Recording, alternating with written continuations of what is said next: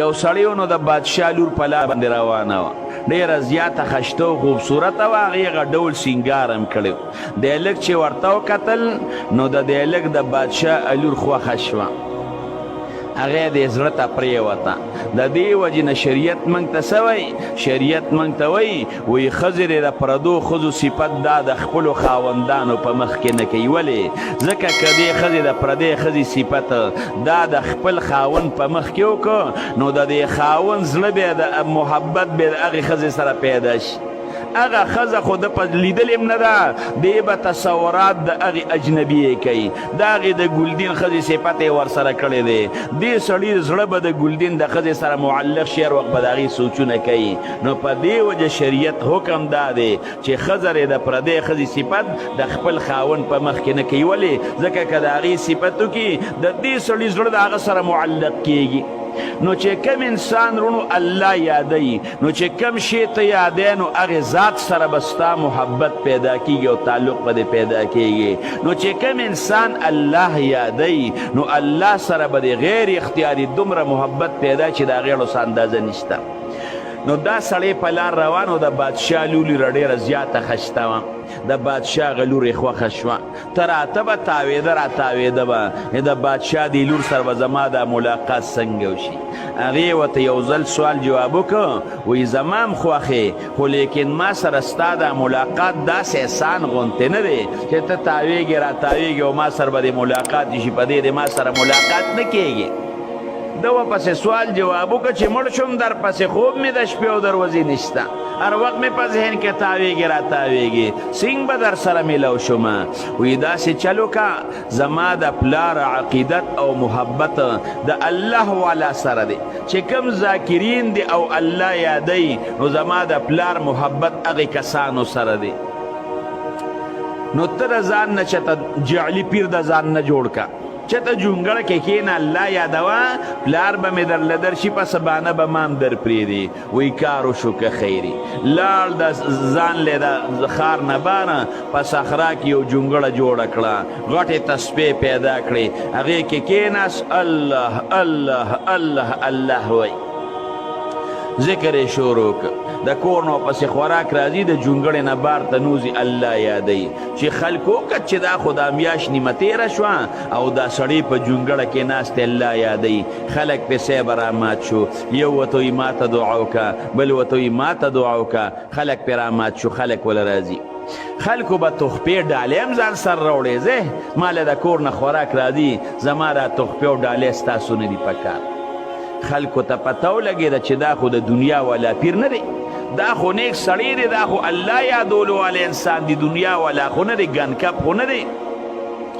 بس شهرت یې په مزه مزه باندې زیاتېده خبره ورسېده بادشاه ته چېره چې دې ځای کې یو پیر دی او د هغه کالو سر په دې جونګړه کې ناست چې د کور نه ولې خوراک راځي او الله یادوي د چا تحفه او ډالۍ هم نه هلي بادشاه وی دې کسانو پسې خو زه ګرځم او واقعي نو داسې نیکانو پسې ګرځېدل پکار دي الله څه وایي یا ایها الذین آمنوا اتقوا الله ای د ایمان خاوندانو الله وی ما نه ویرېږه د الله نه ویرېږئ وکونو مع الصادقین او چې کوم رښتوني خلک دی نو هغې رښتونو خلکو سره کښېنئ چې کوم ذاکرین خلک دی هغې نیکانو سره کښېنئ انسان ته چې مقام حاصلیږي دا په صحبت د دواړو جهانو سردار د مبارک صحابه چې دا دومره لوی مقام حاصل شوی دی دا د رسول الله مبارک په صحبت باندې چې کم صحابي د دواړو جهانو سردار مبارک باندې ایمان راوړه او رسول الله مبارک سره په حالت د ایمان کې ملاقات شو او زر وفات شو زر د دې ټولې دنیا اولیاء الله کرا یو ځای کې دغه صحابي ته په مرتبه کې رونو نه رسي ولې ځکه د دواړو جهانو د سردار مبارک صحبت ورته په حالت د ایمان کې حاصل شوی دی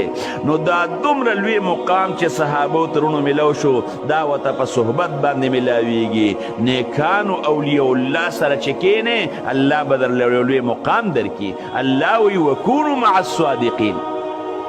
نو بادشاه وی یاره دا خو ډېر زیات نیک سړی دی او دله خو زمزمه بادشاه ورله راغی ناست دی هغه خپله جونګړه کې مونځ کوي ذکر اذکار کوي چې کله سلام یې وګرځو فارغه شو بادشاه صاحب وله ورغی جي راغلی ما ته دعا وکړه بادشاه ته دعا وکړه بادشاه ول ځان سره غټه ډالۍ وړې ده بلا پیسې وی دا دې څه له راوړي دي دا مې تا له راوړي دي که نه ورته یې ځه یو څه موږ په فقیران په مال او دولت باندې څه کوو وړه بادشاه وی یاره واقعي دا خو الله والا سړی دی څرودې تېرې شوې بیا جونګړې ته لاړ پته ورته نه لګي چې جونګړی خو زما لور له جوړه کړې ده د هغې ته ناست دی زما د لور غل دی بادشاه ورته څرودې پس صاحبه بیا لاړ پیر صاحب دعا له راغلی ما دعا یې ورته وکړه یاره د الله دپاره دا ډالۍ قبوله کړه ځه که بیا دې ډالۍ راوړه زما جونګړې له من راځي زه دلته ډالو ته ناست یم څه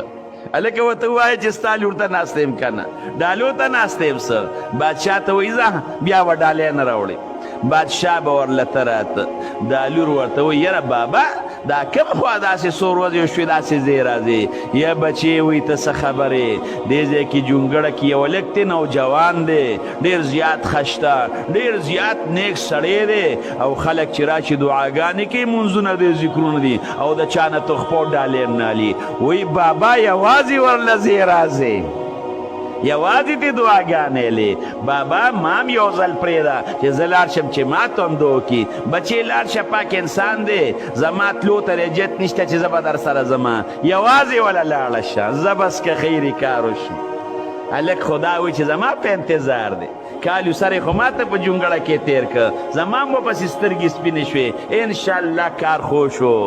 ځان یې خشته مزېدار ډولې که چې نن به زه خپل ملګري سره ملاویږم چې کله لاړه هغه په جونګړه کې ناست دی او په مانځه باندې ولاړ دی چې کله مونځ یې وکړه سلام یې وګرځو بیا په مانځه باندې ودرېد اوږد مونځ یې وکړه چې کله یې سلام وګرځو نو دا ورته وایي د بادشاه لور یم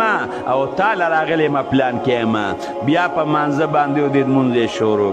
بیا یې مونځ وکړه چې لږ ساعت تېر شو دا ورته بیا وایي د بادشاه لور یم تا له راغلی یم که نه هغه بیا په مانځه باندې لګیا دی مونځونه کوي چې کله یې مونځ وکړه نو بیا لګیا دی خپل ذکر کوي الله ته جاړي الله الله الله ته جاړي نو دا ورته وایي زه د بادشاه لور یم او تا له راغلی یم که نه پروا هم نه ساتي دا ورته وایي په قلاره باندې کښېنه دا چل خو درته ما ښولی دی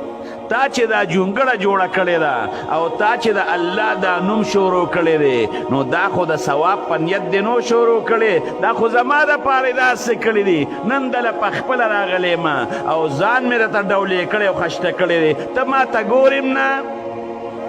د به هغه هلک ورله آواز ورکړ وایي اگر چې ما دا ذکر شروع کو ما د ثواب په نیت د الله نوم نو شروع کړی په دې نیت مې شروع کړی و جونګړه کې په دې نیت ناست وم چې ته به ماله یو ځل راشې په دغې نیت مې شروع کړی و هغې د الله نوم زما د زړه دنیا بدله کړې ده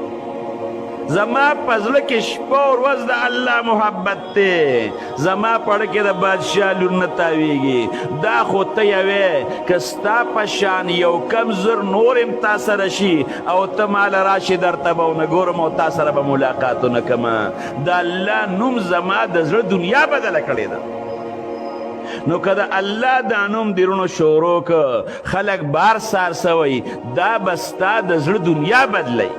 دا د خشته الله نوم دی هغه ذات هغه الله د ټول دنیا خالق او مالک دی اسمانونه او ځمکې پیدا کړل د الله په نوم کې نو ډېر لوی اثر دی اوبه که مونږ څکو هغې کې اثر شته ستا تندرونو ختموي د یو زر کاله چې انسان کفر کړی دی کفر کافر دی او الله خفه کړی دی یو ځل چې کلمه د شهادت وویل او توبې وکړو مسلمان شو